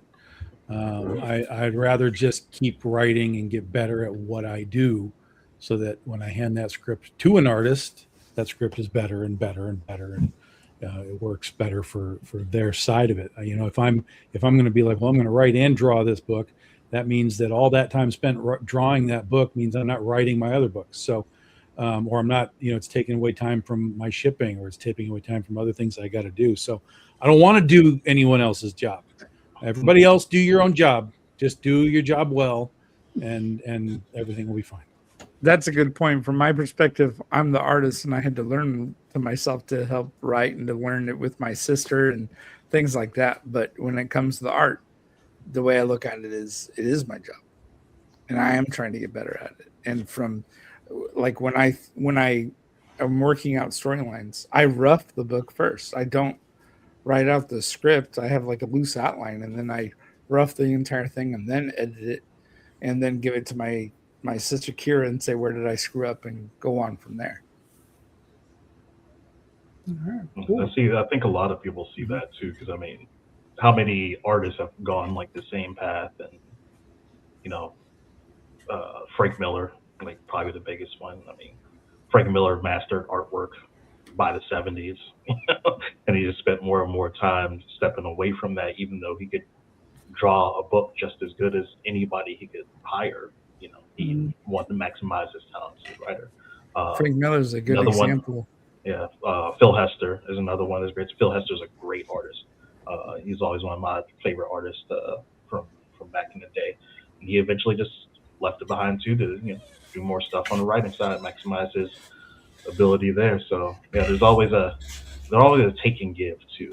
I think that some some people like being more polymaths and doing a lot of different things. Some people prefer, master that one punch like Bruce Lee used to say, do that one move. Fear the man who's done it 1,000 times versus the guy that does a little bit. While my heart always says I'm an artist, what I really try to say is that I'm a storyteller, and that the art is part of that. And one of the reasons why I do so many different parts of the book myself, to be honest, I have control issues. But the other issue is that I really want to tell the whole story. So it's a little bit of both. And Tom's completely right. If you are a writer and that's where your skills are and that's what you're good at, you shouldn't be drawing the book. And if you are not that guy, don't do it. You're going to make a worse book as a result of it. But, there are other people where they're trying to do their artistic vision in a certain way that they don't feel as fulfilled having other people touch it like that. So it's an each or thing. But I totally get what Tom is talking about. If you work with some people with really good skills and you have access to them, there's no reason not to take advantage of that. That kind of goes back to that original thing that we were saying about networking marketing. Those skills are invaluable, even if they're not creative in the conversation. That ability to have that allows you to focus and compartmentalize and do other things and manage the whole project. All right, cool. It's funny, as far as this is more like a creative skill set that I'd like to develop, right? Because I went to film school. One of the things I'd like to go back to doing is obviously shooting, but editing, right? So editing film is its own thing, and it's a very serious thing, and it's a very time-consuming thing. It's a very dedicated thing, because when you really get into the programs, right, you can affect lighting can affect the mood of the shot. There's the timing of the scenes. At what point do you cut? What point do you fade in, fade out? What type of transitions you use, like a fade in, fade out, a swipe, so on and so forth. And that's something that I haven't done in a long time that I'd like to get back into, right? Because I've seen things, and it's just like it just interests me as a storyteller, right? The way you can construct a story in film, and how these different things affect the way you can tell a story, right? JD, So have you ever thought about applying that to the comic and making like a motion comic out of something you've already got? No, because like Tom said, I'm really busy, and I don't, and I would leave that to an artist. as opposed to doing a film. That would be something I would shoot, because I've done it before. I've shot short films and I've edited them together. But the crazy thing about it is, like, I've shot a 10-minute film for school, and I remember it took me 2 weeks to cut it together. And I wasn't working. Like, that's all I did. I got up, I came to my computer, and I just started cutting. And you would start at, like, let's say I started at noon, and I just start cutting, and it's 8 o'clock. It's 8 p.m. And then you're like, oh, let me go eat something. You come back, and then you work till like 2 a.m. again.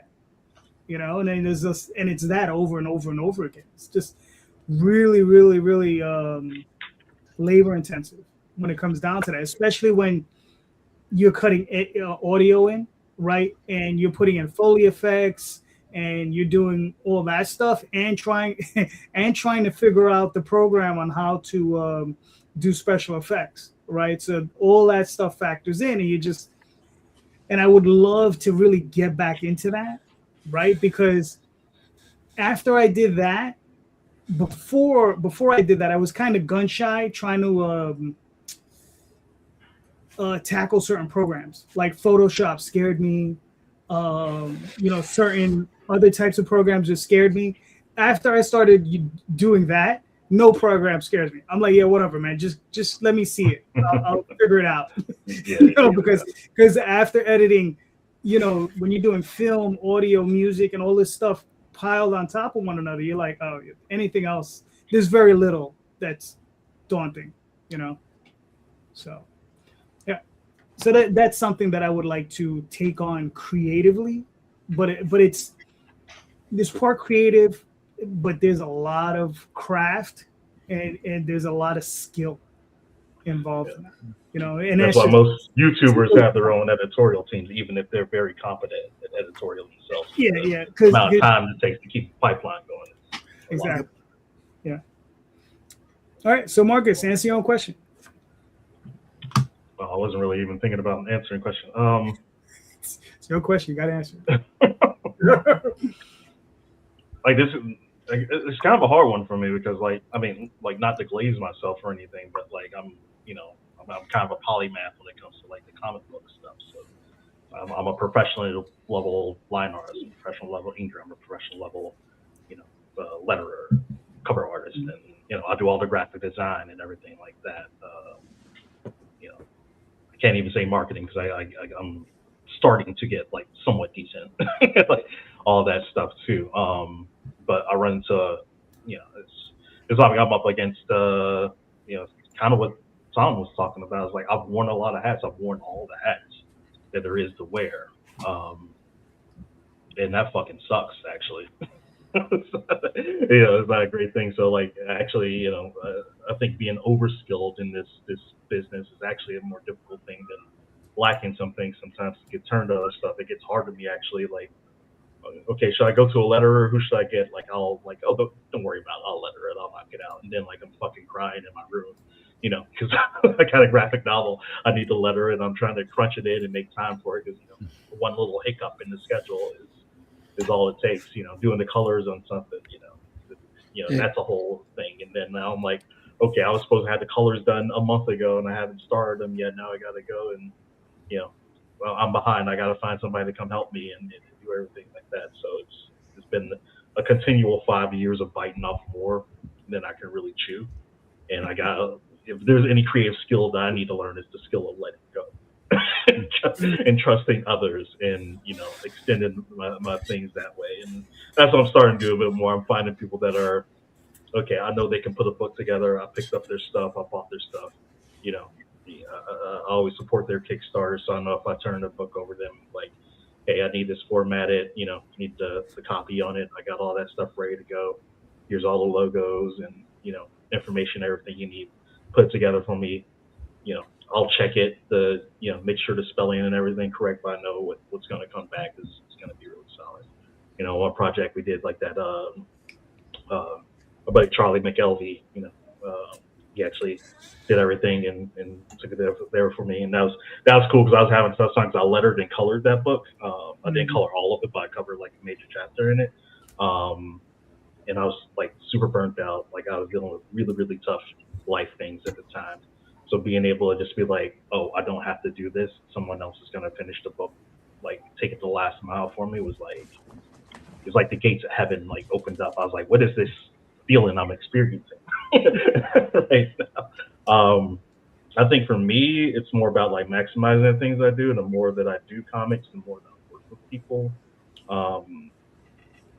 I think this is what a lot of creators in the industry probably go to. Yeah, they might be a good artist, but they may not be a level of artist where they're going to become like an all-time great or something like that. So they sort of find the lane where they have the most proficiency in, or they can dump the most skill points into. And I've kind of discovered my proficiency is like when it comes to editorial. And a lot of people don't see editorial as like a creative skill in the way they should, but it is. And there's all sorts of levels to it. Some people are editors just to spell check your work and then pass it off. Some people are editors in a way that can really develop things, and my skill is that I can work with a person who has never done a comic book before, or like they have looses of concepts, and I could get them to create something out of nothing that is like something that's really like resonant and personal and like they identify with, and something that is viable too when you go do it. Like I think we've had like 24 Kickstarters get funded. Like I'm even able to help them build their own audiences. So when they do stuff outside of Odyssey and whatever that we do, they're carrying that with them, or they're building things on their own. So that is something that I think if I want to improve or gain more, is to do more of that, because I think ultimately that is where I get the most fulfillment personally, and I'm of best service to comics as an industry, too. where more of my place lies, rather than just banging out books. It's like, how can I be like supportive and sort of like, a community builder and things like that, and try to get people like to just make the best work they could possibly do, and then do it in a way that's like actual fun and not just like being a hard ass or telling people their stuff sucks or like anything like that. Just like really getting in touch with at the core what we all are like doing this for, and trying to do more of that stuff. That's hard to do because it does take time, and I was even burning myself out on that. And like I would go to LA, I would go to have coffee or go to meetings with like, 4 different people in an afternoon and not come back fucking exhausted and, need a week to recover from all that, and then continually like following up with them. So, even that comes with a little grain of salt on its end. But I think I'm doing the things necessarily to try to get to that point, like later this year and then all next year too. All right, cool. All right. So yeah, I got a question for you guys. Name me a cover and a piece of interior art that you would like to own. If you could own it, you would own it. And please, nothing that's your own, nothing that you own, nothing that someone you've worked with. So a cover and a piece of interior artwork that you'd like to own from whomever. That's not you. The same book or what? The same book or could be 2 different books? 2 different books. 2 different books. Okay. Different creator, different creative teams. Anybody. I think. Well, let's go, Ray. I need a minute if that's okay. Can you skip me and put me in number 2 in line here? Damn, Ray. You're Canadian. I'm high maintenance. What can I tell you? I can tell. Dan, what are your thoughts? Yeah, the first thing that pops into mind is quite obviously the cover for Action Comics #1.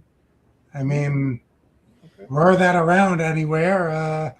And if I had the billions needed to purchase said cover, that would be it. And I guess the interior page where it had like the origin. So, they kind of condensed that.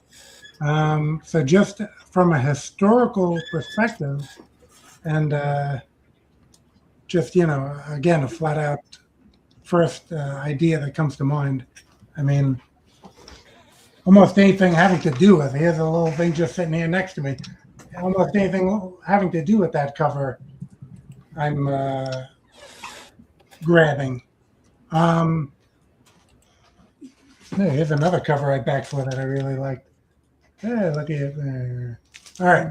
But at any rate, if we go then just purely art, not just like historical significance or anything like that, I'd probably have to think it'd probably end up being an Art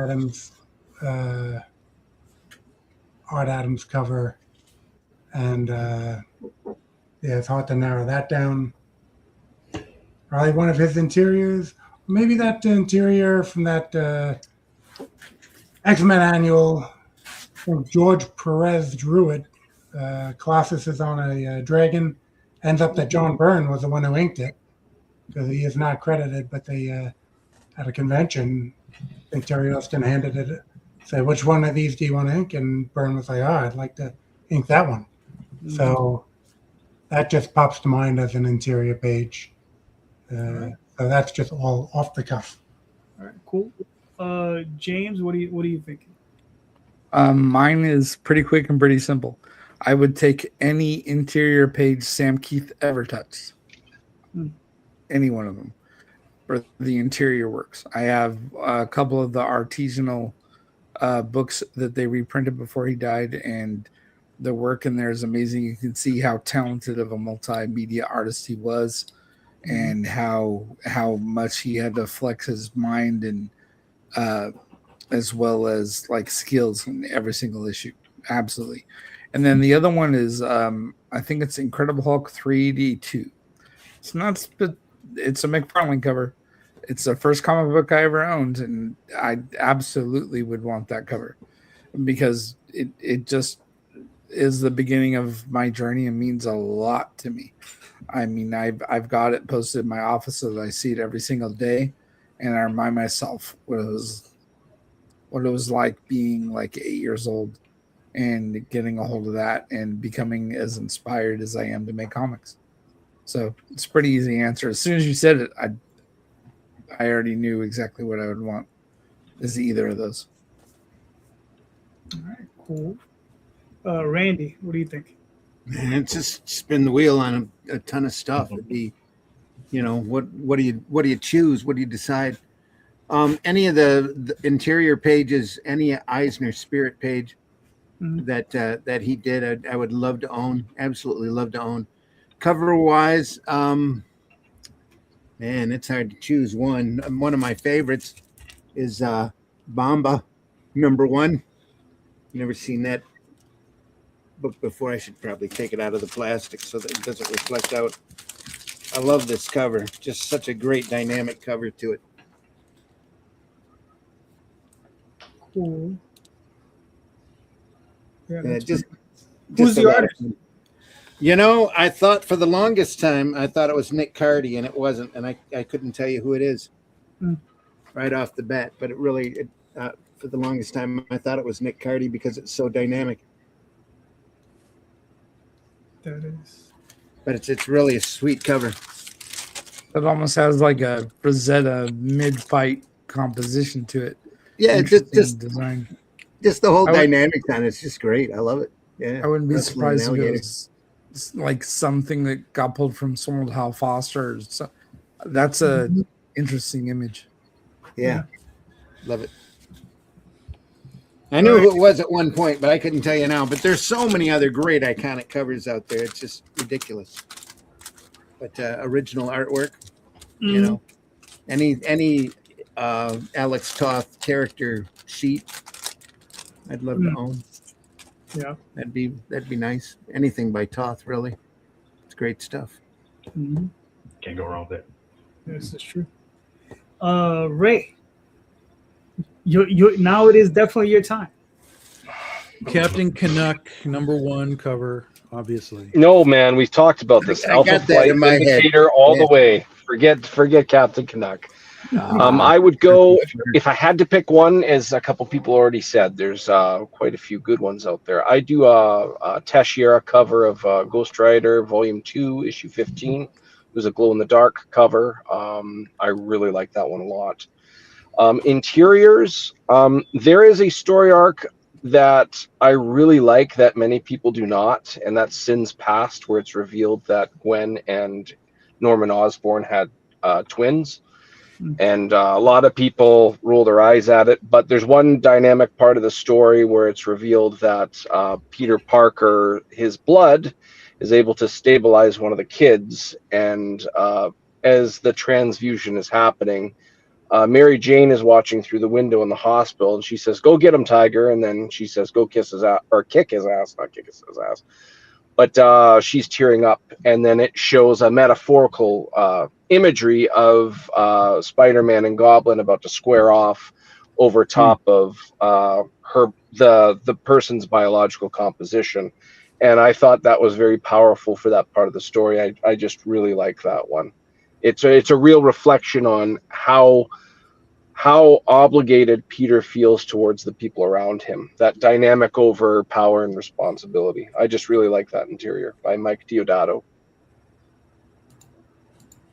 All right, cool. Good point about Teixeira. His covers were definitely underrated for the most part, and I love that one where Ghost Rider's by himself with that spear shoved down his throat, and he's just him on a white background. Teixeira's great. I was just at a con with him, and I couldn't dare even go over to his booth because it was a bankrupted me. Dude, I'm a massive Ghost Rider fan. I would be all over him. So, Marcus, what would you like? This is one where I'm gonna be hyper specific in one, and not so much in the other.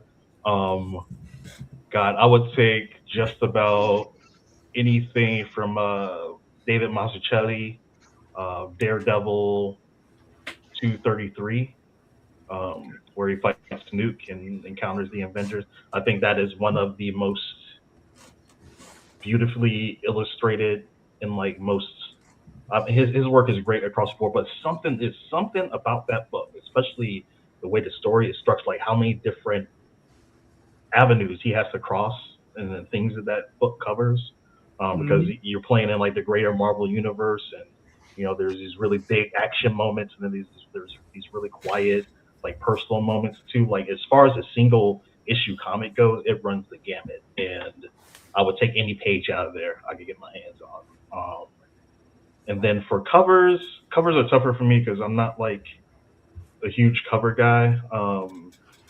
There's just like certain artists where I just like their style for like a certain character, and like I think like two of my big ones I have work from them already, so I have trouble thinking about another one that I would get. But probably anything from Mike Wieringo or Bruce Timm. I think they're like probably two of the most influential, if not the two most influential artists to me personally, that I don't have any of their work or original work from. Obviously, Mike Wieringo is no longer with us, so all of his stuff is hyper valued. It's difficult to get original pages from unless you got the bank account to do it, which I do not.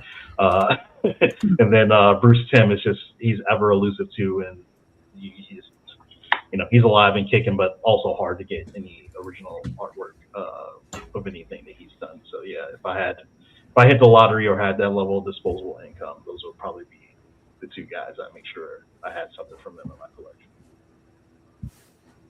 All right, cool. Tom. So that Ghost Rider cover you were talking about, James, I'm pretty sure that was Joe Quesada that did that one. Stark white background, and he's kind of all jacked up with the spear going through. That was Joe Quesada. Yeah. Damn it! I own that one. I didn't even pay attention. Tex does great stuff, but that one I'm pretty sure was Joe. For me, there's tons of things that I'd love. I can't get greedy anymore because I have my Grail. That's the first comic book I ever bought was Godzilla number 16 and by Herb Trimpe. And I have it. It's here. So I can't be greedy anymore.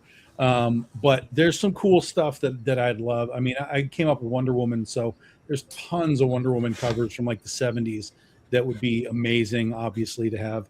And then George Perez's run, like so many of those covers are like, oh my God, what is this guy doing? But one that stands out that George did was issue 31, and it was Wonder Woman and the Cheetah. But it was like this. The whole cover was black and red, and a little bit of white for like some lighting. But it was very sort of graphic design. It was a huge red sun, black clouds. The characters were like black and red, and they're like kind of like posed to like fight each other on on these opposite sides of the corners of the covers. I've always loved that one, so that would be fantastic. I also loved, I think it was issue 3 of his series, where it's a shot of Wonder Woman fighting like she's like fighting like a snake goddess or something, and it's just like he literally drew like hundreds of snakes just like flying at her. It's just like this wild perspective, and it's all just perfect. And I'm like, oh my God, that cover's always blown me away. Like just the ability to I can't even imagine him being like, can I get 100 snakes in here? Like this would I have to have 100 snakes. If a writer wrote that for me to draw 400 snakes. Yeah, crazy. And then the interior page, there's plenty of grails, but there is one grail that I want. And Dark Horse was doing Godzilla comics for a while. And there was a mini series within that series where they were sending him through time, various places in time. And one of the stories is he shows up and ends up sinking the Titanic. And there's a splash page that Brandon McKinney did where Godzilla's coming up out of the water and cracking the Titanic over his back. And I was like, oh my God. And I met him at a con one time and I was like, so do you have, he's like, no, don't even ask. That's gone. And I was like, you have anything from that issue? And he says, I got a few pages. So I did find one page where Godzilla is on it with the Titanic and he's just off in the background and there's a whole bunch of like people in the water or whatever. So I did get the next page, but that one has always stuck with me, and I will find it someday. Brendan McKinney is local. He shows up down here at the comic shop like quite often. Local where? I'm out in Sacramento. Sacramento? Yeah, that sounds right. Yeah. I've met him a few times. He did a bunch of ElfQuest stuff. That's where I got to know him, and then he went over to Godzilla, and yeah. Yeah, he's a cool dude. Yeah. All right, cool. For myself, it's an EC comic by Wally Wood, Weird Science number 16, and it's you have a UFO over a field, and you have an alien coming out, and you have like these three little kids, just like terrified about what's going on, and it's a beautiful cover. So it's just like one of those things. It was just always a very striking cover to me. So it's something I always enjoyed looking at. I was just like, yeah, I like that one. Another for an interior page, and man, like everybody says, there's a lot, right? Like, and I'm like, I had to choose between Walter Simonson and oh damn, now I'm blanking on his name. He did Thor 300. Keith Pollard, and I like there's probably half a dozen pages from that book I'd want to have, but probably the very first page where you see Erisham and he's holding up an image of Thor just brooding, right? And I think that would be the page I'd want to have, and that is a beautiful, beautiful page. And I mean, because as much as I love Walter and his Thor, Keith Pollard has always been my quintessential that's Thor illustrator for me. That's always been like, that's Thor. Anything that's come after that is like, yeah, that's Thor, but Keith Pollard did Thor. Yeah. So oh man, and while we're talking about this, just from my personal experience, I feel like this is the hack that I found. If you ever have anyone you really like, you want artwork from them or something original, scope all of the planning at like Comic Cons that you would like to go to or visit and see who has the earliest panels. And go to them. You never know you're gonna get. I fucking stumbled my way into like a Mark Bagley Spider-Man commission that I got for fucking free. It's personalized. It was like one of my prized possessions. He's like my absolute favorite like Spider-Man artist. And then during a really slow con, Kevin McGuire, who did Justice League International and everything, he was having a really slow time. I was going to buy a print from him. He was only taking cash at the time, but we ended up just like shooting the shit for an hour straight. I later went and got the cash to come back. Turns out he did me a pro bono commission of Batman punching Guy Gardner in the face, and I got that. Nice. So yeah, if there's a slow con and it looks like people are bored, that's the opportunity to. That's the time to strike. Yep. Yes. All right, gentlemen, we made it to hour 2. Thank you so much for being here. All you guys are great. Let's start with Mr. DM Ray down there. Where can we find you and your work, sir? You can find me on Instagram as Raymond the DM. You can also find me on Facebook as DM Ray. Follow my profiles. I have some cool announcements coming up in the not too distant future. All right, cool. Randy? If you got to talk to me, you can find me primarily on Facebook, a little bit of X there under Randy Zimmerman. But I podcast twice a week and show off some great sequential artwork. Sunday mornings at 9 a.m., we do the Sunday Funnies. And then Friday mornings at 5 a.m., we do Comics by Night. And both programs, we pull out great old, well, not necessarily old, but great sequential art from all different time periods from all over the world and sit there and analyze them and talk about the subject matter and let the conversation wander all over the place. So go over there and if you can, we're archived over at the Comic Book Black Belt YouTube channel, the Randy Zim YouTube channel, and the Indie Comics Network YouTube channel. So go over there and take a look at our archive. We've been doing it for a few years now. Really, really proud of those podcasts. So hope you go over there and enjoy them.